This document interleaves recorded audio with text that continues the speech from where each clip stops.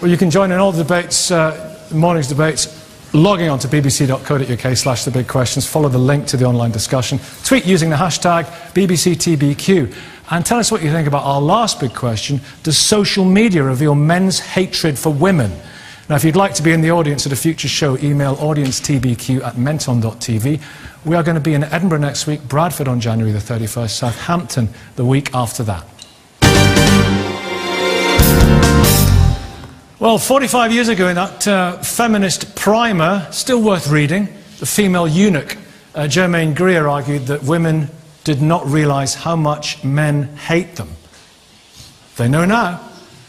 The advent of social media sites like Twitter and Facebook has displayed some men's views of some women to a worldwide audience. A lot of it is very nasty.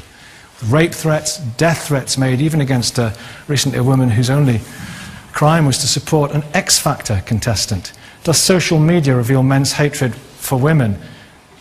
Kate, you were on this programme. You made a comment when you were on this programme last time. I can't even remember what it was, but as ever, it was interesting, it was controversial, it was stimulating. It wasn't. It was a tiny little comment. What did you say? It was just about the way that somebody was being addressed. But so let's just do this. And what's happened to you as a result of it? Well, so first of all, let's just start at the top. Does social media reveal men's... I mean, absolutely, of course it does. And we've known that these attitudes are out there for a long time. And social media does exactly that. It's always done that. It takes all these opinions from around the world. But it actually does a lot more than that as well.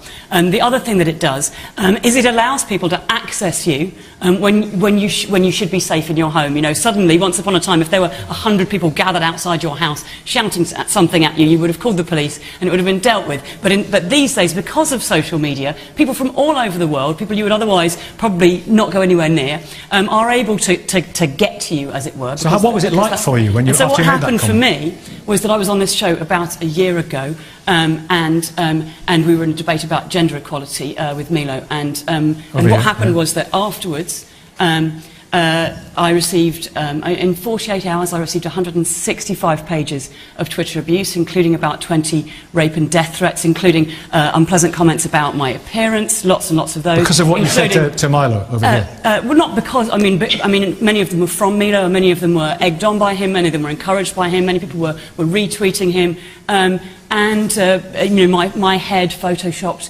onto unattractive bodies, this kind of thing, pictures of me manipulated to look horrible or whatever. And the fact is that I'm not the first or the last person to have been on the receiving end of this kind of onslaught. And these are not people questioning what I'd said.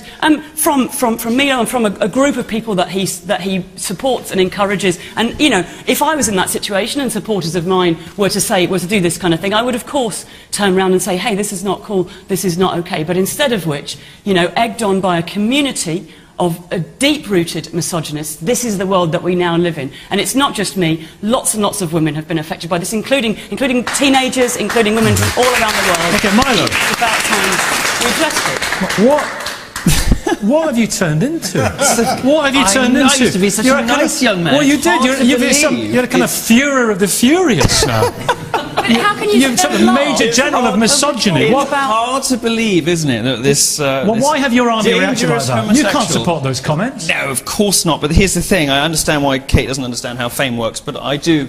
And the thing is, you know, I'm not particularly interested in a professional provocateur who goes out and says deliberately outrageous things, like I do, turning around and then playing the victim when she doesn't like ridicule or criticism afterwards. I don't say anything outrageous. Ridicule, let me finish. I'll let you finish. Right. I'll let you finish, so stop.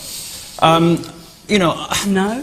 After she lost the debate, as feminists very often do these days, because they've got facts on their side, you know, she turned around and she did what feminists always do, which is confect a sob story. Now, Kate is, like me, a professional provocateur, but only one of us plays the victim afterwards. Now, it's interesting, you know, if we get back to the question, it's interesting that, you know, that it's even being framed like this at all, because what the research shows, the Pew Global data from 2014 shows, is that actually it's men who get more abuse online than women. It is men who get more death threats, it's men who get more violent threats. The only thing that women beat men at, and this is Pew Global data, is the gold standard of research. The only thing that women beat men in is cyber stalking. And guess what? A lot of the people doing the stalking are other women.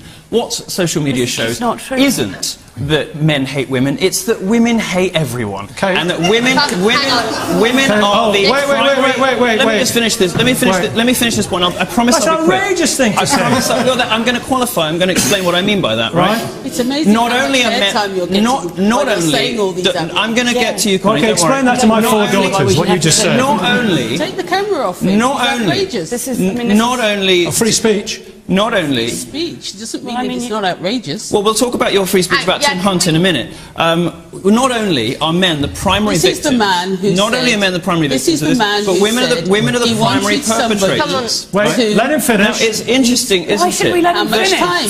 How much time is he getting? Okay. How much time All right. are you giving him? Connie. This is the man Connie. who went on Twitter recently and said he wanted somebody assassinated. No, I didn't. Okay? You're a liar. Yeah. You lied about Tim Hunt. You lied about Tim Hunt, and now you're lying about me. He said he wanted Please, somebody Milo, assassinated. let Connie. Let Connie. Shut up. Listen, to moderate. You are a fraud and you are a liar. If I You were to lied leave about you Tim all, Hunt. if I were to walk You out of the lied studio now and about leave what he you all said. to it, You lied to mayhem the would BBC. ensue.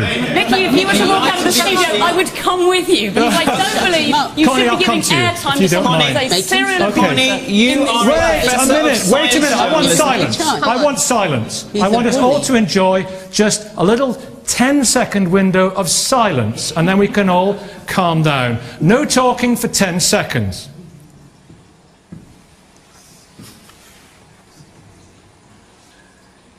Kate, what were you going to say?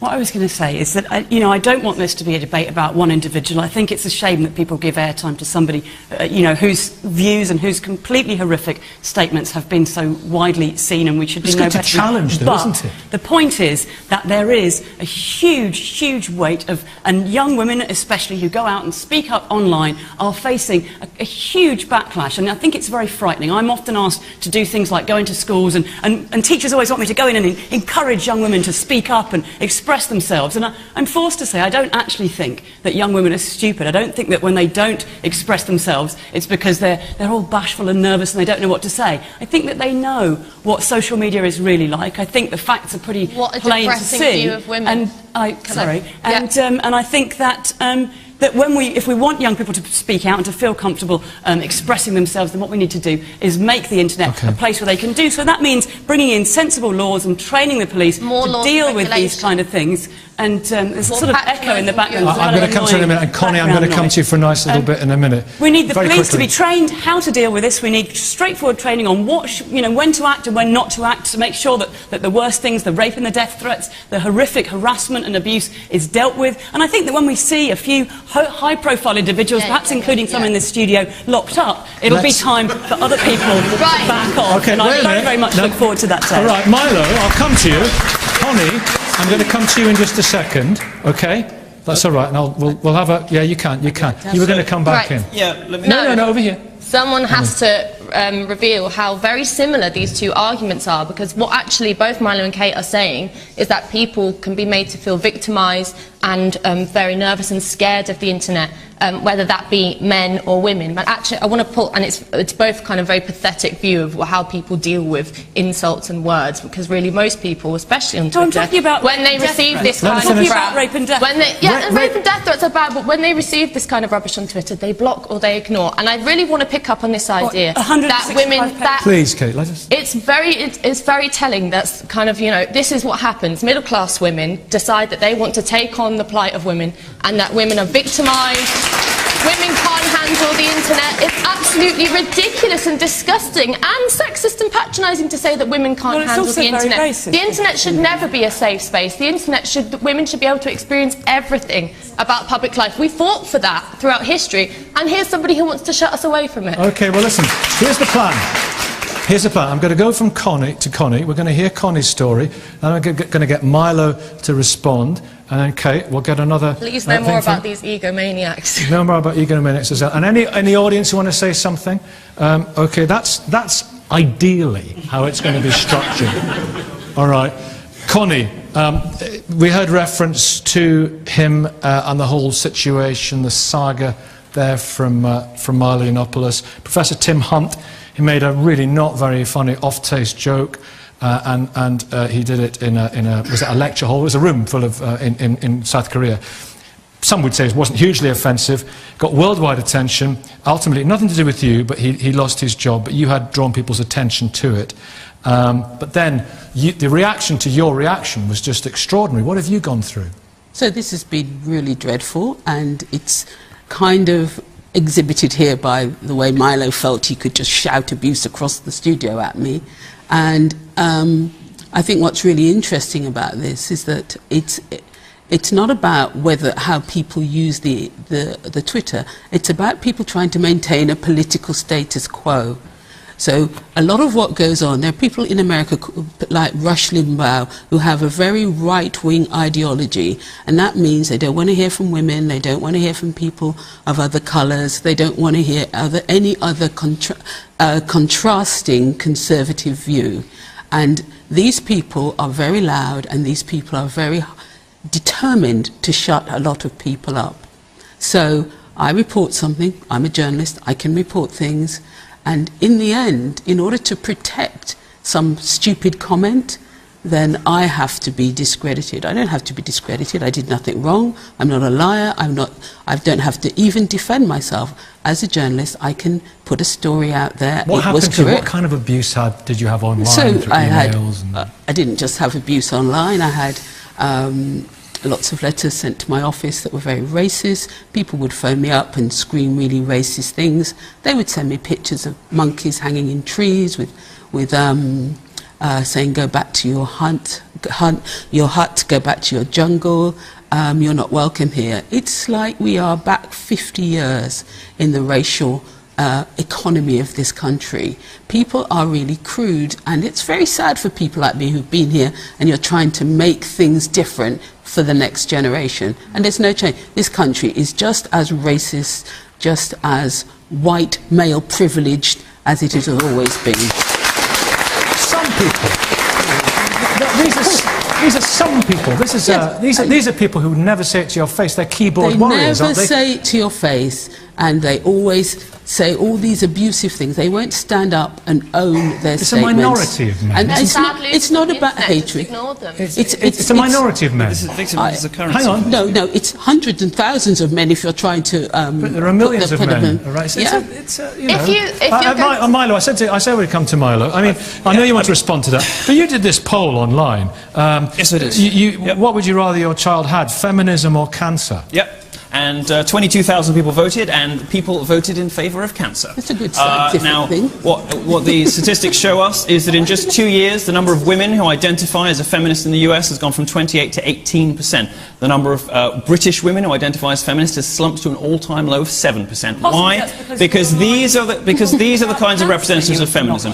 Professional provocateurs who play the victim after the fact, and professors of science journalism who deliberately misrepresent statements by Nobel Prize-winning scientists in an attempt to end their career, who repeatedly lie to journalists, BuzzFeed, The Daily Beast, the BBC, all of them have had to issue you're a liar. All of them have had to issue corrections over statements you made. People can just look this up. And this, of course, is a professor of science journalism who fabricated her CV as well. We have to get a response from that. Audience in a minute, put your hands up so I know where to come. If you're not going to let me make the case... Well, she has to respond to that. Well, I'm going to make specific accusations she can respond to. About people throwing back accusations at themselves. I'm sure really not many people are interested in what's going on between you three. They're not, because, I mean, this is what people like this do on Twitter. They create a hubbub around controversial stuff. They say, this poll, if you're any kind of, like, intellectual person or with half a brain, you'd laugh at such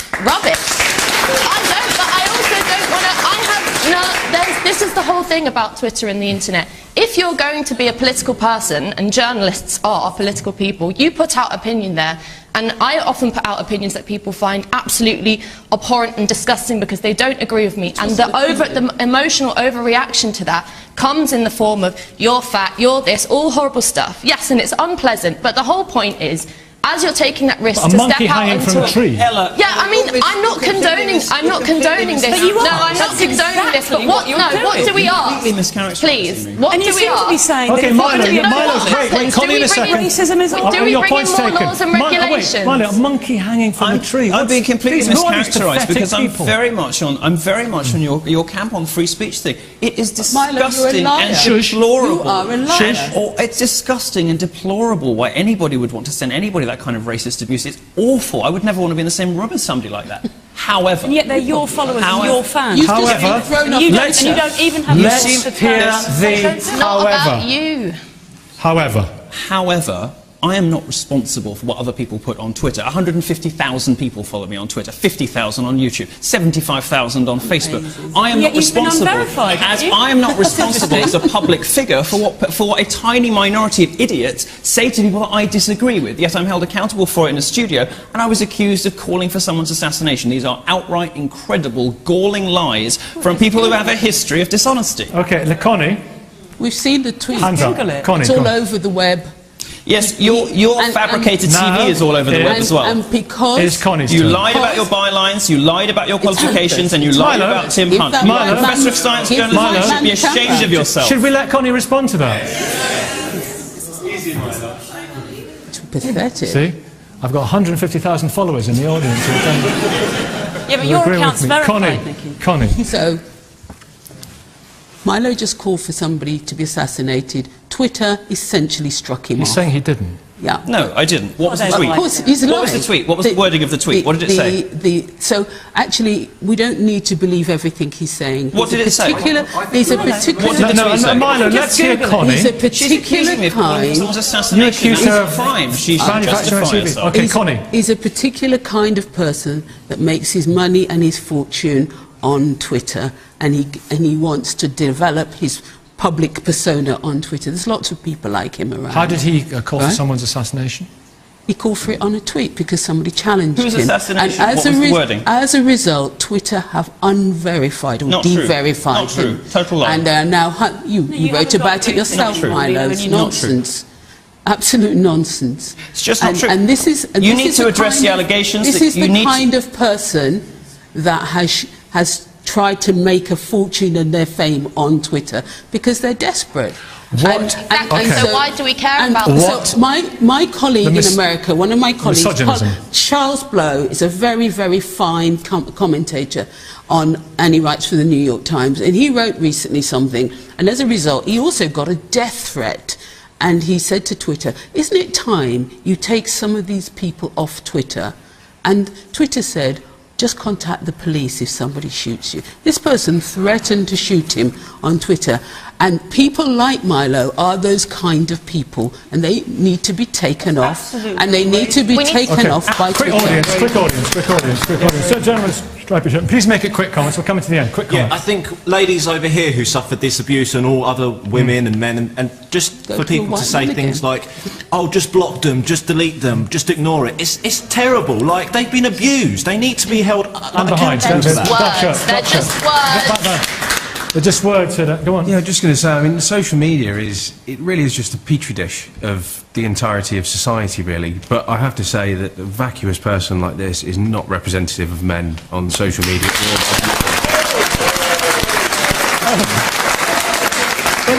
But you know, Milo, you're a controversialist, you know.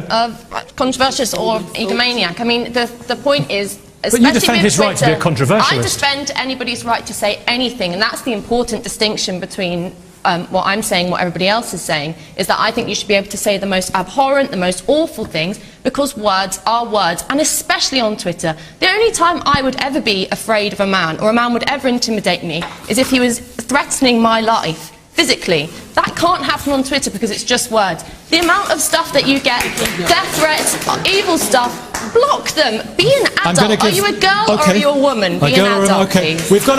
You have got about 40 seconds to respond, Milo, and get the last word in here. This is a lot of accusations. Well, you know, it's time. Very straight. Lots of people talking. This is very straightforward. Let's not make it about me. You've got lying feminists throwing accusations. Who cares? Okay, now we've just been accused. Let's not. The fact is that the research does not support the premise of this question. It does not support them. It does not support any of the stuff you're talking you just about. said lying feminist. Internet abuse is a very real thing, and it silences women's voices. It makes women afraid to speak out, and there's so many important reasons why they should be able to. There are young people who have committed suicide because of internet abuse, and yet we have people here who not only support it, but who do it themselves. And Thank you. No. Look, thanks for watching. We will see you next week. Tweet away.